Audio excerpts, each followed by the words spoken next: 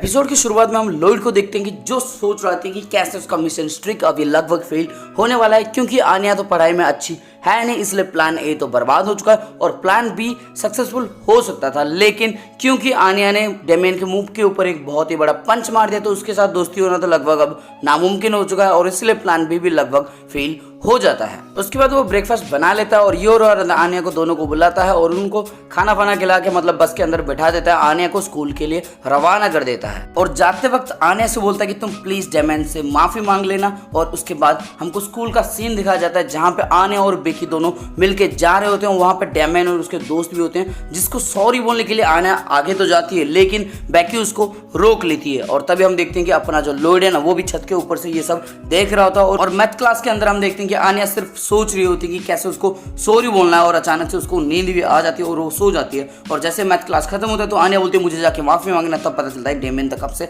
निकल चुका है यहाँ से। उसके बाद हम लॉयड को देखते हैं जो बहुत सारे मैसेज दे रहा होता है, बहुत अलग अलग तरीके से मैसेज दे रहा होता है आन्या को, जिससे कि आन्या उससे जाके माफी मांग ले और आन्या को भी लगने लगता है कि शायद भगवान ही मुझे बोल रहा है कि जाके माफी मांग ले। जैसे कि लॉयड एक रिफ्लेक्टिव मिरर का इस्तेमाल करता है, फिर बुक भी इसकी चेंज कर देता है, पेड़ों के ऊपर सॉरी लिख देता है, एक बंदे की पीठ के ऊपर सॉरी लिख देता है, यहाँ तक कि जब वो खाना खाने के लिए जाती है लंच पीरियड में वहां पे भी सॉरी लिख देता है। और आन्या भी सॉरी मांगना चाहती है लेकिन होता क्या है कि बेकी हर बार उसको रोक लेती है और लॉयड भी ये बात समझ जाता है कि जब तक बेकी है तब तक तो आन्या सॉरी नहीं मांग पाएगी। इसलिए लॉयड एक फेक अनाउंसमेंट कराता है जिसमें बोलता है कि बेकी जहां कहीं भी हो तुम तुरंत इस हॉल के अंदर आ जाओ। और हम देखते हैं कि बेकी निकल जाती है जिसका फायदा उठाती है आन्या और आन्या डेमियन और उसके दोस्तों के पास चली जाती है। वहां पे हम देखते हैं कि डेमियन के दोस्त होते हैं ना उसको रोकते हैं और डेमियन बोलता है रुको मैं बात करना चाहता हूँ। वो बात करने के लिए आगे बढ़ता तो है लेकिन कुछ बोल नहीं पाता। उसका जो हार्ट है ना वो बहुत ज्यादा बीट कर रहा था, बहुत तेजी से बीट कर रहा था क्योंकि उसको वो पंच अभी भी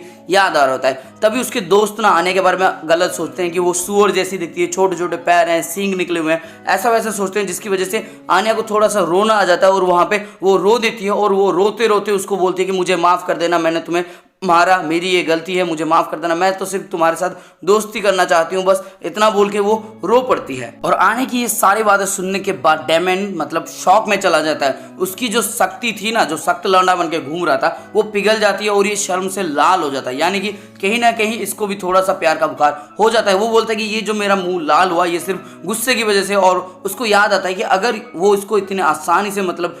छोड़ देगा, माफ कर देगा तो उसकी जो इज्जत है ना वो तो भाड़ में चली जाएगी। और इसलिए वो जोरों से चिल्लाता है आन्या के ऊपर कि मैं तुम्हें जिंदगी में कभी माफ नहीं कर सकता, तुम बहुत बुरी हो। इतना बोल के वो भाग जाता है क्योंकि ज्यादा देर ये यहाँ पे टिक नहीं सकता, ज्यादा देर टिकेगा तो इसकी जो रियल फीलिंग से बाहर आ जाएगी, इसलिए वो बाहर की तरफ भाग जाता है। और वहां पे हम लॉयड को देखते हैं जो कि उसका जो मुंह है ना देखने लायक था और वो घुटनों के बल वहीं पे ही लेट जाता है। उसके बाद आन्या और लॉयड का सीन दिखाया जाता है जहां पे लॉयड उसको पढ़ाने की कोशिश कर रहा है लेकिन आन्या के दिमाग में कुछ जाता ही नहीं है। तभी लॉयड धमकी देता है कि अगर तुम आज इस सवाल का जवाब नहीं दोगी तो मैं तुम्हें टीवी देखने नहीं दूंगा, जिसका मतलब जवाब ढूंढने के लिए वो अपने बाप का माइंड पढ़ती है जिसको तो अपना सिर्फ प्लान के बारे में सोच रहा था, इसलिए आंसर कुछ आता ही नहीं है। तभी योर को मदद के लिए वो पूछती है लेकिन योर तो पता है तुम्हें योर की चिंताधारा कैसी होती है, वो तो सिर्फ मारने का सोचती है तो इसलिए उसको भी कुछ फायदा होता नहीं है। तभी आन्या रो पड़ती है और सीधा अपने रूम की तरफ भाग जाती है और वो अपने आप को अंदर से लॉक कर देती है। और तभी हम योर को सुनते हैं कि बोलती है कि तुम्हें शायद इतनी ज्यादा जबरदस्ती उस छोटी बच्ची के ऊपर नहीं करना चाहिए, वो उसके लिए अच्छा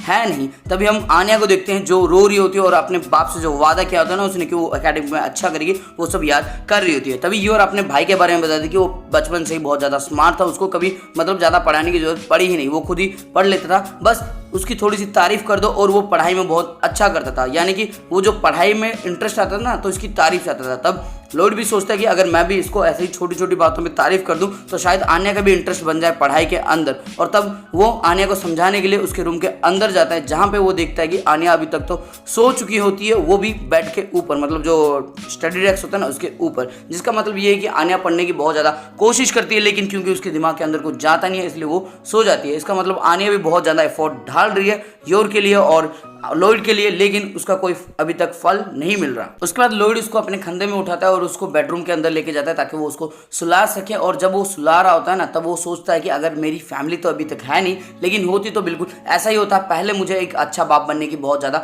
जरूरत है। उसके बाद एक पोस्ट क्रेडिट सीन है जिसके अंदर मिस्टर डोमिनिक यूरी से मिलते हैं और जब वो यूरी से मिलते हैं तो बताती है कि उसकी बहन योर ने शादी कर ली है एक लड़के से और उसी लड़के से शादी की है जिसको उसने पार्टी के अंदर देखा था। तो जिसको सुन के ना इसके हाथ से फिसल जाता है, क्योंकि यूरी ने मतलब योर ने अभी तक यूरी को ये सब कुछ बताया ही नहीं होता, इसलिए वो थोड़ा सा शॉक हो जाता है और यहीं पे ये वाला एपिसोड हो जाता है खत्म। और दोस्तों अगर आप बहुत दिनों से मुझे फॉलो कर रहे हो ना, तो आपको पता होगा कि मैंने इसकी पहले भी वीडियोस बना रखी है, मतलब एपिसोड 7 पहले ही बना रखा था, जो कि ब्लॉग हो गया वर्ल्ड वाइड, इसलिए आपको वो नहीं दिख रहा होगा। लेकिन मैंने उसके ऊपर पहले वीडियो बना रखा था, वो भी बहुत लंबा वीडियो था, लगभग 10 मिनट का था, लेकिन ब्लॉक हो गया, इसलिए मुझे ये छोटा सा वीडियो बनाना पड़ा जिसके अंदर मैंने बहुत कम फोटोज का यूज़ किया है, क्योंकि अगर ज़्यादा करूँगा तो ब्लॉग के साथ कॉपीराइट स्ट्राइक भी आ सकता है। तो दोस्तों इसलिए इस वीडियो को बहुत ज़्यादा प्यार देना, इसको लाइक कर देना, कमेंट करके फेवरेट सीन जो भी होगा बता देना, साथ में अपने दोस्तों के साथ शेयर कर देना और खुद भी सब्सक्राइब करके बेल आइकन को ऑल पे दबा देना है और साथ में क्या करना और कुछ नहीं करना, बस इतना काफ़ी है।